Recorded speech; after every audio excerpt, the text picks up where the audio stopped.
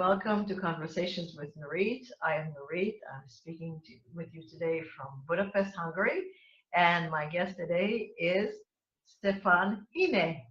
Once again. Once again. I like your last name. In Hebrew, it means here. Oh, really? Yeah, so Stefan is here. Stefan Hine is here. Oh, I didn't know that. That's nice. Yeah. So speaking of here, where is here for you now? Are you in Italy or Germany? No, Germany at the moment. Again, Germany. Okay. Yes. Last time you were in Italy, today. Yeah. Okay, wonderful. Well, welcome. It's great to see you again. And today we have an interesting topic that came to me a while ago. And it came about because I love on Facebook, I love to watch children who are special and very creative. Every now and then you see a young girl singing and the voice is amazing, or you hear a little kid playing the piano and it's just magnificent. But what I've noticed is that oftentimes in the comments, there seems to be an element of surprise on the part of adults who watch this. Mm-hmm. And throughout my life, I noticed that adults, probably myself included at some point, not anymore though, I hope, seem to be surprised when a child says something profound or when a child does something amazing. Mm. Oh my God, he's only 7 years old and he did that? And what came to me is that it's a subtle form of invalidation. We're surprised because we don't expect them to be the geniuses that they are. Mm. And they are. And I feel like the reason we adults tend to look down at children because they haven't accumulated information yet. So therefore, we adults know more than them, we're smarter than them, we're superior to them because we have accumulated all this knowledge, and by the way, backfires big time on us. And therefore, we're better. And when a child grows up that way, I feel it must cause some kind of inferiority complex. And then they grow up doing the same thing to their kids. And what we end up getting a society that is not very confident in themselves. And so can we talk about that, Stefan? You seem I love that.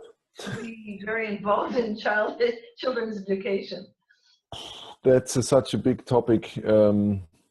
I even don't know where to start because just for example, I met this young girl. She's, I think, around 7 or 8, and she's composing on the piano, or she was playing something on the piano, and I liked it. And she was playing something else, and I didn't like it. It was the old children's songs. I know them, so I don't like them so much. And I said, "Yeah, that's nice what you're playing, but the first one, what was that?" Yeah, I composed it myself. I did it myself, and said, "What?" And no, until it's like the whole family didn't realize what this girl is doing.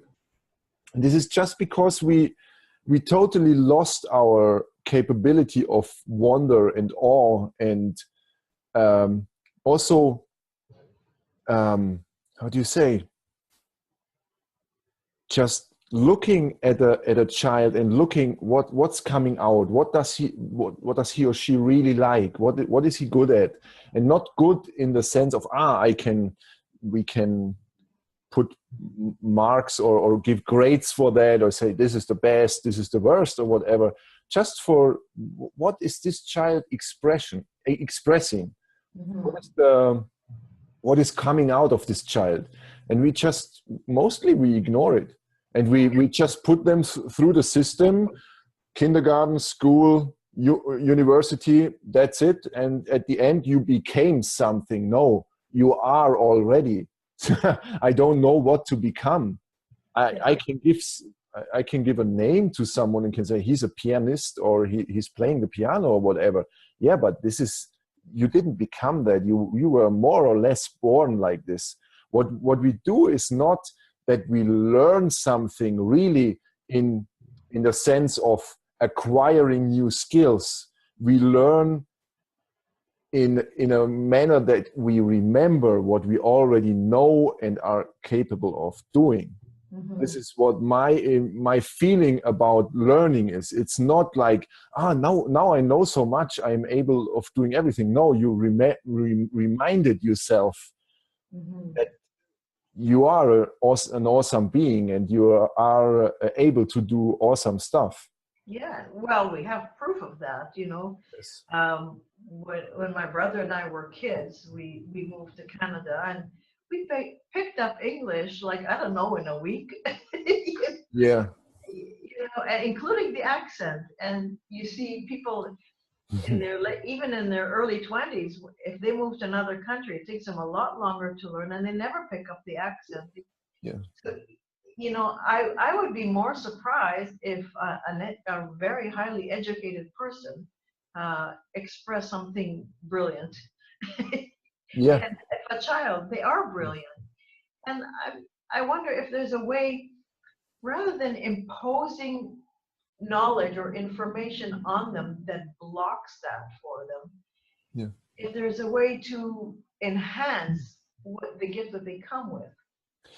We have such a strange system which we put up for the kids. It's just so, it's strange and funny at the same time, because we can see that every child learns his mother language and walking without school. Exactly. But these are the two most complex and things you can learn in life. Afterwards, everything is like kindergarten. Everything is like, whoa, I just learned it.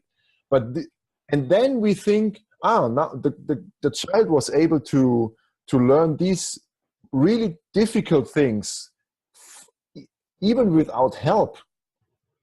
Even without help, not maybe a little help of holding or catching or whatever, but not help like, you can't explain, you must do one step after the other or something like that. It wasn't necessary. So, and then we think, but for biology, mathematics, and other languages, we need school? What? How is this possible? How we are so blinded. It's incredible that we don't get it.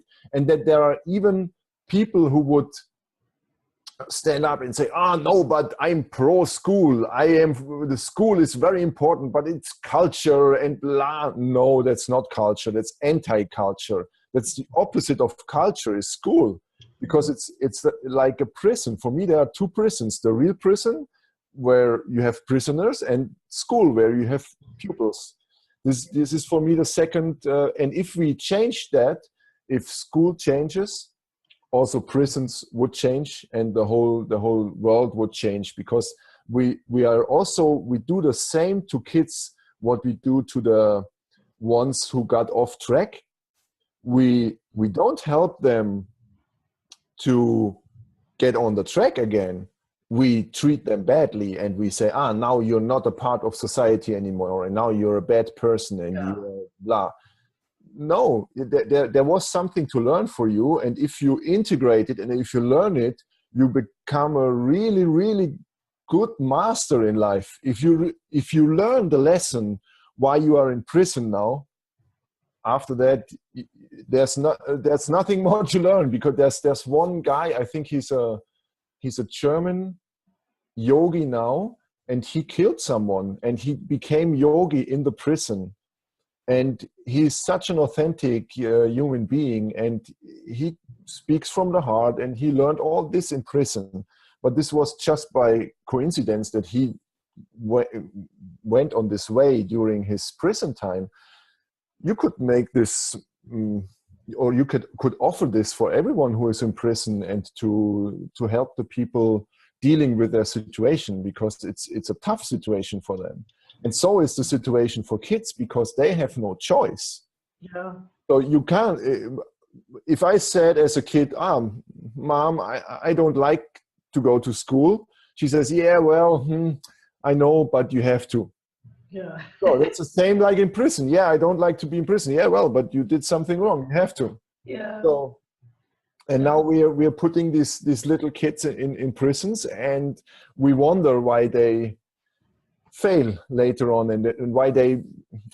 And the main point is not failing because in the sense of society or in the eyes of society, they don't fail because they become a functioning part of our system. Yeah, they become a slave. Yes, but they fail concerning happiness. Yeah. So why are people not happy? Why can't, what is going on here? And for me, the starting point is in school. Yeah. Yeah, I don't know what it's like in Germany or or even here. I know there's a lot in Hungary. There's a lot of children's psychologists in schools now because they all have so many problems. Yes. And I know in the United States, for years now, kids have been growing up on Prozac and all kinds of it's very sad.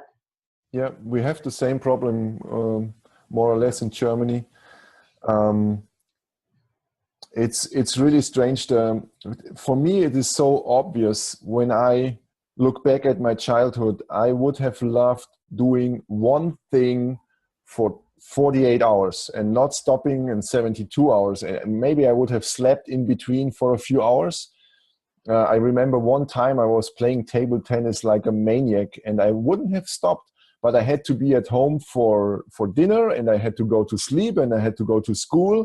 Then I had to do my homework, and then I could have played 2 hours table tennis, maybe 4. But I would have liked doing it for like ever. And this ever is not this ever which the parents have in mind. Oh, man, then my kid will only play table tennis. No, at one point it stops and it changes and something new comes. That's the same problem we have with all this Nintendo and PlayStations and gaming.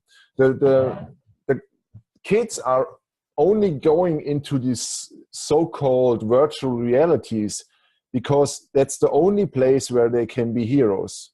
That's right. And it's forbidden for them in every other part of life to be the hero they are, because they are treated like mini robots, and they are fed what the system tells them. And so they go into the gaming zone, but if you fight it, they stay there longer, not shorter. If you just if they can just live freely their gaming, they one day they say, okay, I'm fed up with this, I don't want it anymore, and it changes. And we totally lost the trust in life and the nature, how it works, that you don't want to do something for 90 years. You just don't want to. You want to explore and experience.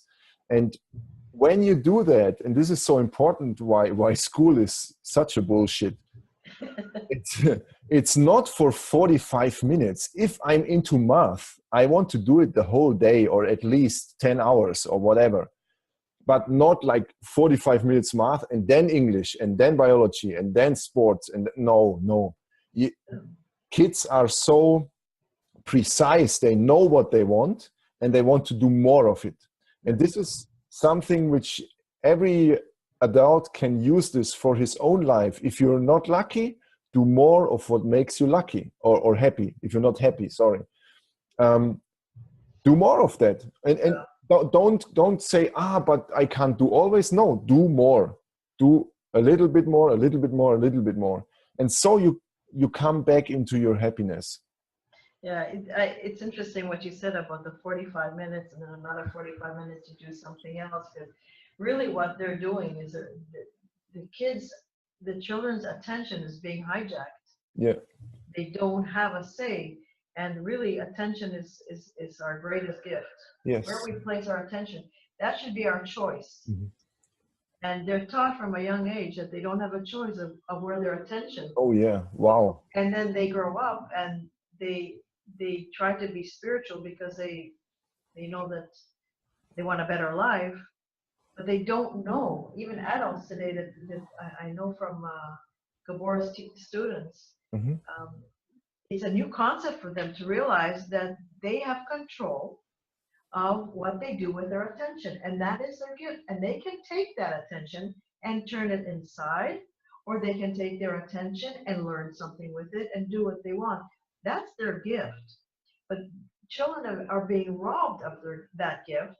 And no wonder no one has a long attention span anymore. It's like we talked about, we don't like to do videos for more than an hour because nobody has the attention span anymore. Mm-hmm. Why? We've been conditioned differently now. Well, that's such a good point. I until you mentioned it now, I didn't realize that. Such a good point, that it's about the attention. Yes, and you are trained that you don't have control over your attention. In fact, you have it. And this is, in fact, it's also what most of, or many spiritual teachers are telling and teaching, is that this is the one thing you can influence the most, is where do you put your attention. Yeah. If you, maybe your life is just a play or just a movie, but where you put your attention to is definitely your choice. Absolutely. So, and this is what, yeah, wow, that's a great point. I'm speechless. It's really good. Yeah. And the other thing with the kids are being conditioned to is giving too much importance to time. The 9-to-5 syndrome. You know, Yes. Here we are, we're going to make you slaves. Now you're going to get a job from 9 to 5 because that's what you've learned. You've been conditioned in school to do a 9 to 5. And this period you do this, and that period you do this, and you've got 10 minutes for that and 10 minutes for that. Now we become boxed in timed machines, you know. And, you know, then you come to a spiritual teacher and they tell you, well, you can only be present now. You can only be enlightened in the present moment. And you hear a phenomenal book like The Power of Now. And now? What do you mean now? I think about the future. I think about the past, and I have a schedule. But how do I plan for my future? You know, we're so conditioned. And yes. So, yeah. That's a big thing. Yeah, the conditioning, and it's really a conditioning about time, because kids, they don't know time. You can tell a kid in 1 hour, and you can come in 15 minutes, and the kid doesn't know what is 1 hour or 15 minutes. It's just later. I just met a 3-year-old, and for him, the future is tomorrow. The past is yesterday, and that's all. It's the same. If he says tomorrow, just means later. Yeah. And it's so great, because he does not live in time. He lives in the now. Yeah. And then we demand from the kids something which is, we put our structure, our time system there, and the kids are confused. Yeah. And this is what I experienced in my childhood. And the problem is, you can't articulate it because you don't know what it is, and you don't know what is done to you. You just feel that it's wrong and that it's not okay in some way. But the parents then think, and now my kid is against me, or they don't trust me, or they don't believe me, or it's something against them. No, it's just that the adults are living in such a crazy system where, in fact, a child has no place. Yeah. They have to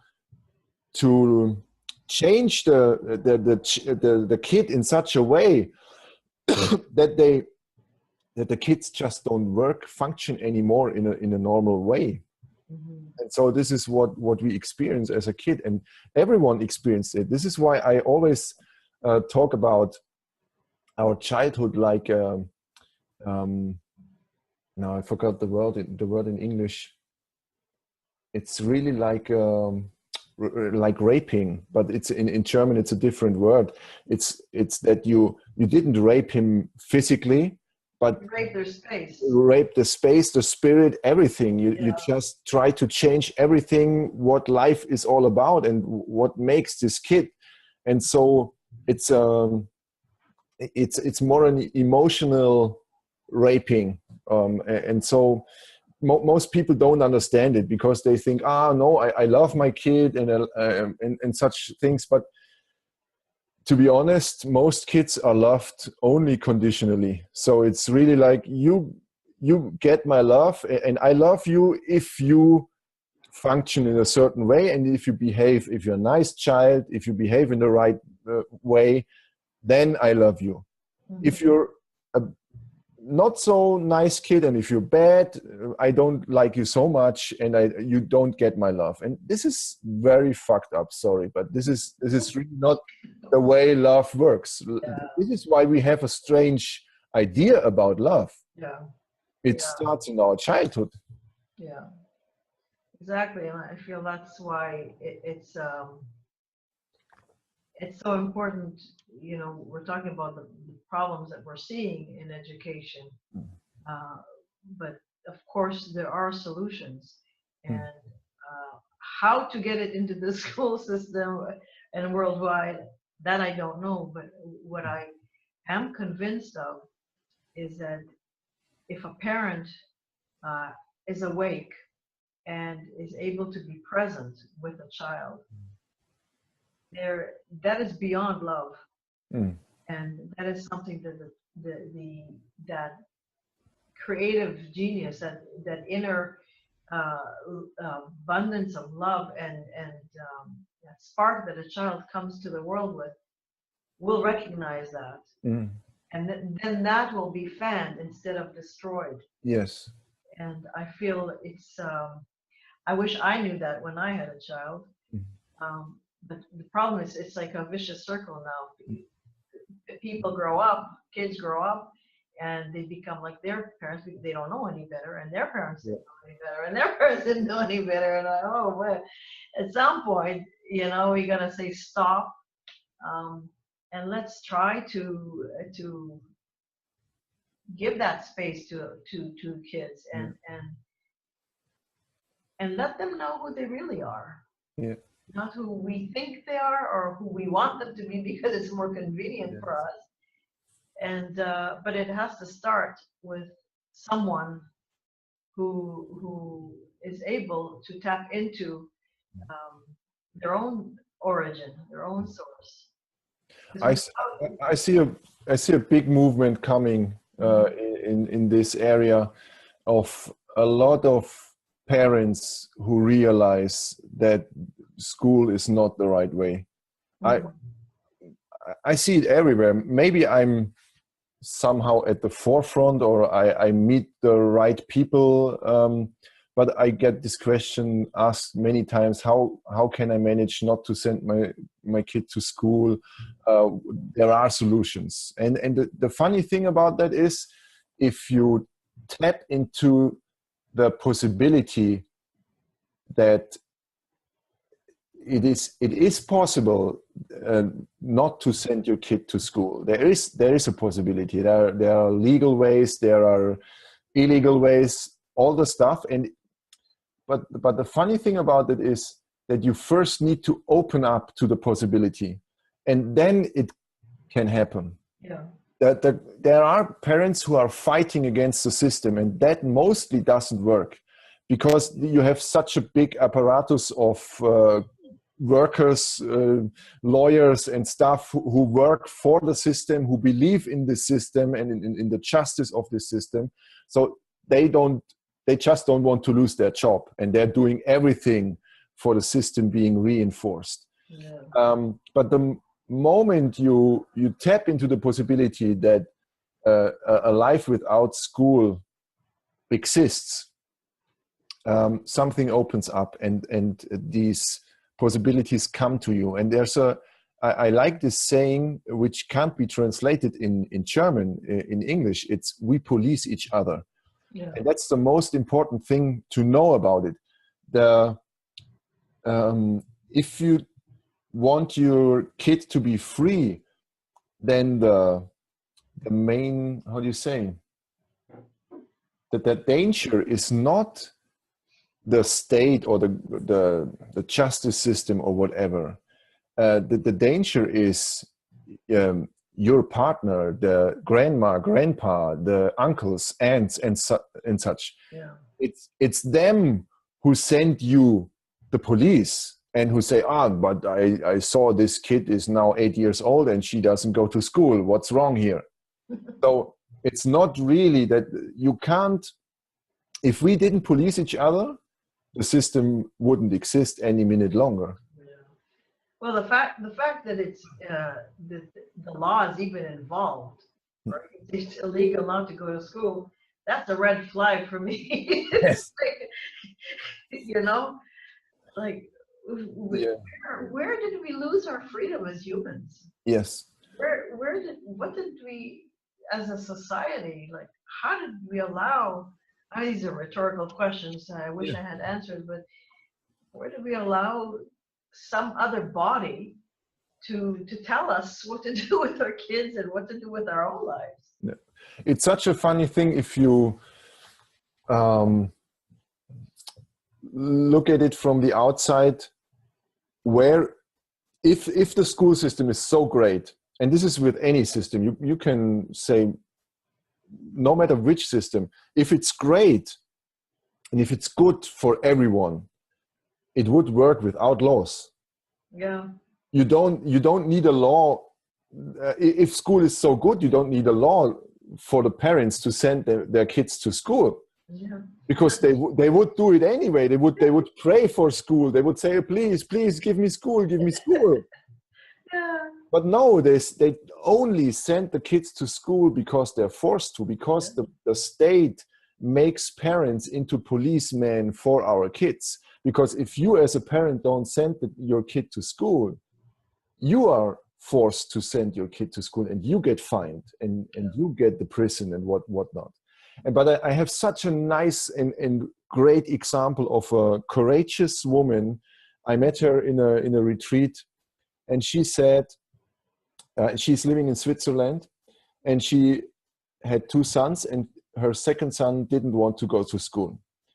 And she was ready to do anything necessary not to send him to school. And also in Switzerland, there's the law, you have to send your kid to school. And she didn't. And then she got fined, she didn't pay. And the alternative is to go to prison for 9 days or something like that. And she said, okay, I'm willing. I'm going to prison. I'm doing a water fasting for 9 days. So I will be in prison. Okay. They took her to prison. She went out, and that was all. And I said, yeah, but you still didn't send your boy to school. So they should have come again because you already were in prison. So, and now you're still not doing it. So they should come again. And no, that was it. So it was just, and this is so interesting also what you said about the attention. It is just important to be willing and to say, okay, if this is the law, I go to prison. She went to prison, and then nothing else. Case closed. So her son never went to school. Police never came again. So this is such a nice example for me, that it's not this, it doesn't have to be this endless struggle and this fighting against police and state and justice system and school system and stuff like that. It's just, oh, I'm willing. If this is what it takes, I go to prison for 9 days. Yeah. Great. I think it just shows that, when you stick to your principles, this woman was courageous enough not to bow to the system. But she didn't fight. This is the most important thing for me. She didn't say, but the bad policeman and I don't like it, I don't want it. No, okay, if this is your law. Yeah. And she took it quite relaxed, and I really admire her for that, because for me this is the greatest story told. I hope she's writing her book, because this is. It frees you, it liberates you if you realize that it's not this endless fight or struggle you have to do, because some parents are going this way. They fight with the government, and they try to change the laws, and they try to fight for their right, for their freedom and stuff like that. And in the most cases, it doesn't work so well. No. And that's a pity, because it's a lot of energy spent there, which would be really spent great with kids or with alternative methods and alternative systems. Yeah. Yeah, I think of course the fighting against it is useless. And like we said before, you know, all it takes is people to wake up and be present, and that changes everything. Yes. And there are teachers today actually who talk about education from that point of view, from a higher platform of education. Yes. Through presence. And the more that is done, the more it'll spread. And then just by example, one parent after another, and see what happens, see what kind of people come out of it. Because right now, whatever we have in society, it's not working. Yes. You know, it's look how many people are in jail. I mean, it's just ridiculous.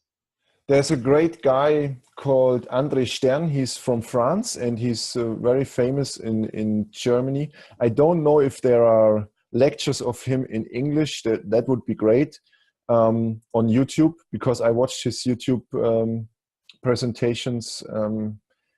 It's just so great. He grew up without school, because in France there's no law. You don't have to go to school. Yes. Oh, wonderful. This is also one of the tricks. Many families go to France, either in real life or just virtually. So they change their address to their main address to France. What's his name again? Can you spell it? His name is André Stern. Andre? André Stern, like the star in German, Stern. S-T-E-R-N, yes. Okay, Andre. Yeah. Okay, thank you. He's such a great guy. I love him. He says everything so clear, and he had a teacher, and he learned so many things. People are always afraid that the kids don't learn if they don't go to school. And this is such a bullshit, because kids have so many interests. And he, for example, wanted to learn how to build guitars. And he had to search for a teacher, because most of them wouldn't accept him because he has no formal education. And then he met one guy and he said, I can show you everything, but I can't teach anything.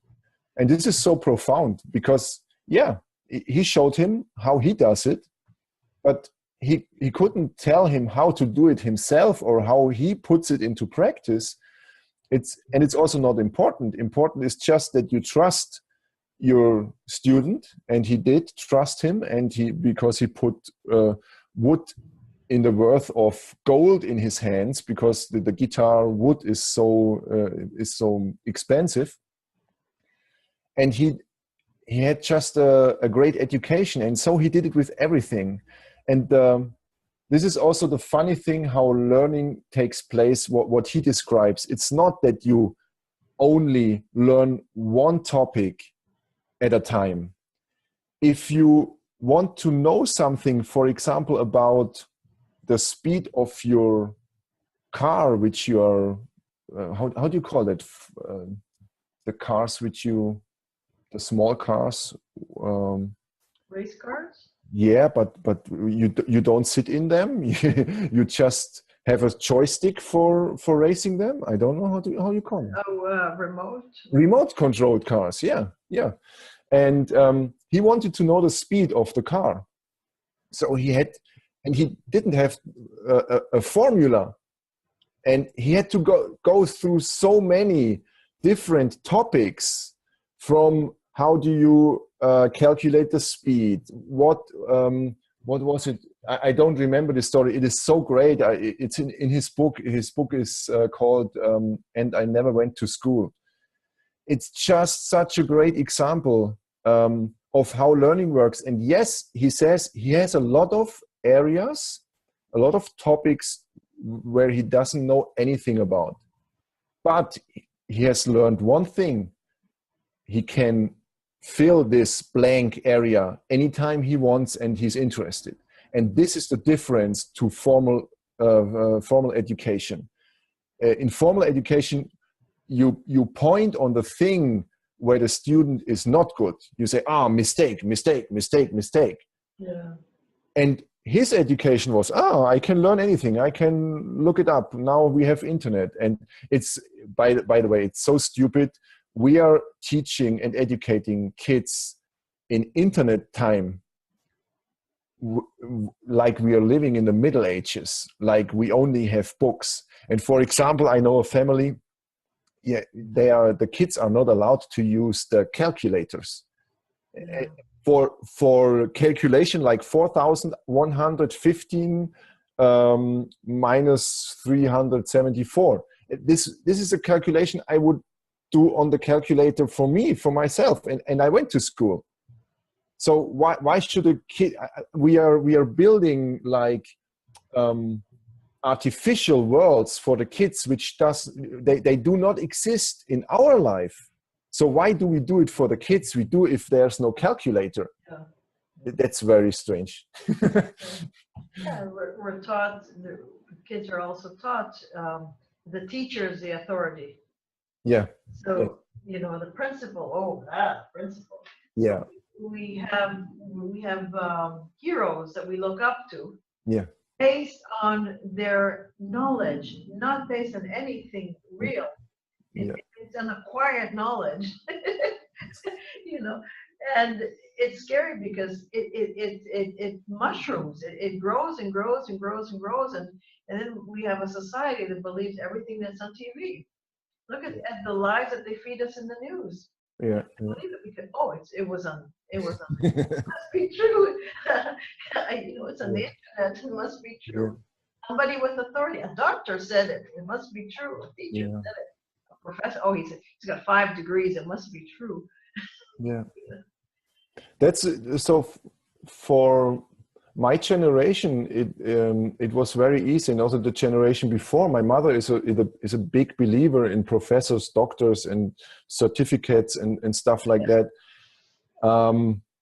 I don't believe in that. I just I see humans, and I more and more I feel if there's a connection or not. If I feel something from my heart, someone from my heart, I don't have a question about his education. It's just irrelevant at that point. It's so funny that we even thought about asking, what did you learn? Yeah, whatever. And learning is something very interesting. You learned something when you lived through it. You didn't learn something normally you didn't learn something by reading. Some people are able to live while reading. So I don't know if I explained that right. They're in a different, completely different world, and it is like if they would live through this, what they're reading.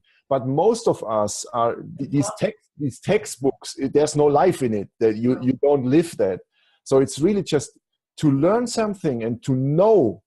Knowing comes only from doing for yourself, and not by, I read the professor XYZ said that doctors whatever said, blah, blah, blah. That's not interesting. Well, we completely, our experience has been substituted by knowledge. Yes, yes. We become robots, really, in a way. Yeah. So I understand, Stefan, that you were going to write a book, or you started writing a book about this. How is that going? Basically, it's I realized almost all my topics I'm writing about is also for the younger generation, because I experienced it and I didn't have words for it.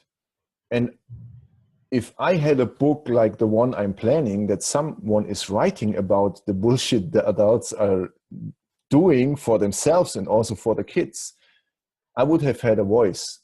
I could have said, but there's a guy and he writes about it, and now I know what's the problem. Mm-hmm. In my childhood, I didn't have words for it. I just felt there's something wrong. It's mostly everything is wrong, and I don't know why. And we we stigmatize our kids. We say this is like they have faces, then there's puberty, and now they have hormones, and this is because they are behaving strange. No, they're behaving strange because we try to force them into a system which is not meant for them, which is not nice to live in. It's even not nice for us to live in, but we don't realize. So it's just time for me to wake up, and there's a very interesting connection for me for young adults and kids, like let's say 10 to 16, because they're already out of their natural state, but not so far away that they can't remember, and they still know, oh yeah, there is something. I know there is something, and you can't bullshit them. Yeah.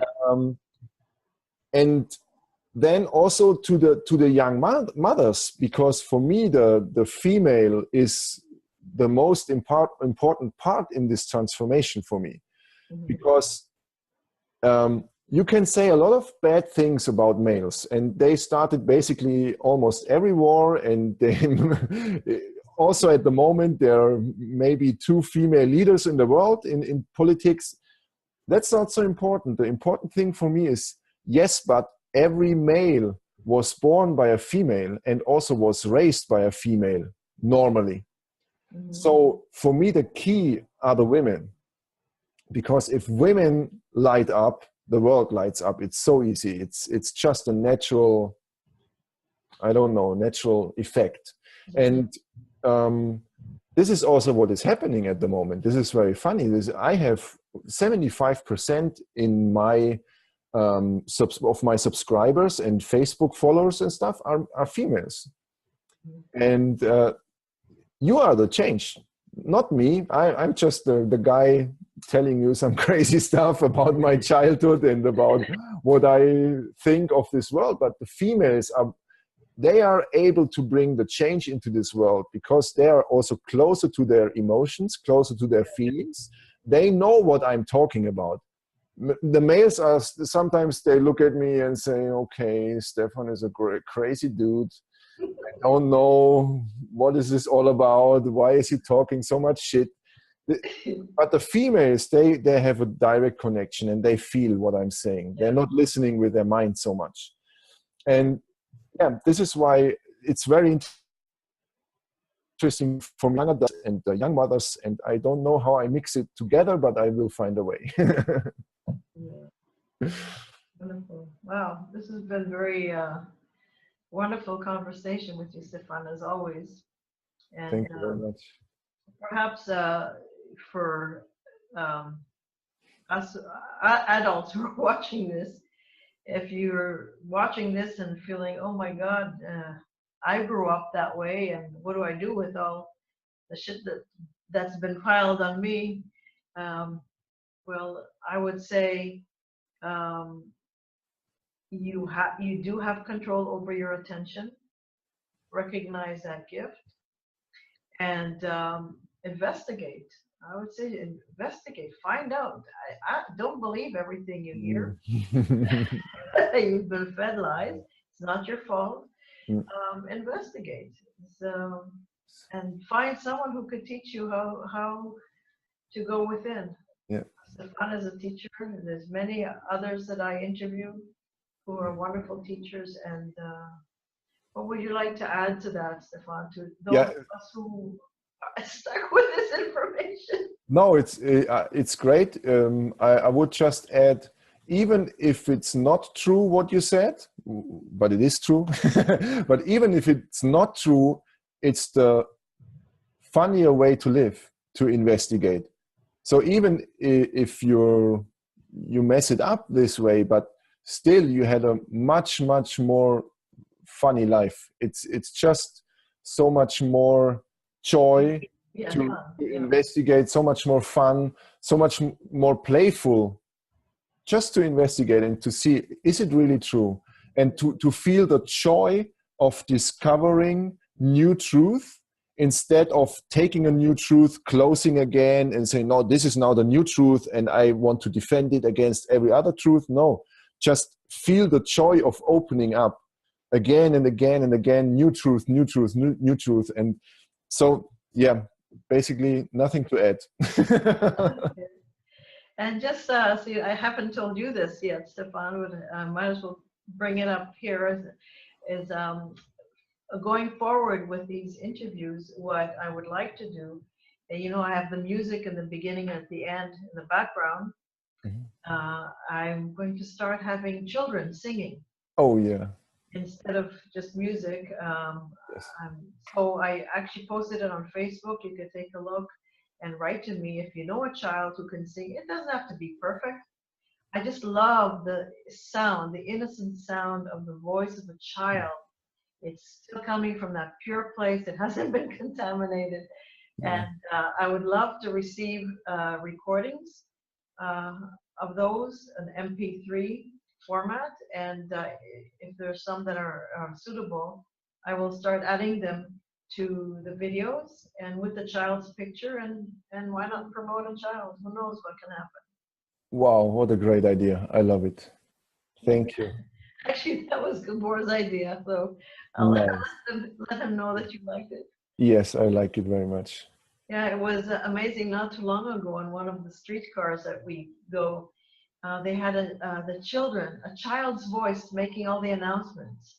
What station this is, and what door is going to open on which side, and it was so wonderful to hear. I was looking forward to hearing that, and the whole frequency on the streetcar completely changed. Yes. Instead of that sound of innocence, and so. Wow, I totally understand. That's what I want to bring to these interviews as well. Oh, thank you so much. It's also a big inspiration for me to find for ways to integrate that. Very, very thankful. Thank you so much. Thank you. And thank you everyone for watching. I hope you enjoyed it, and let us know how any ideas that you might have about this topic. Thank you, and God bless. Thank you.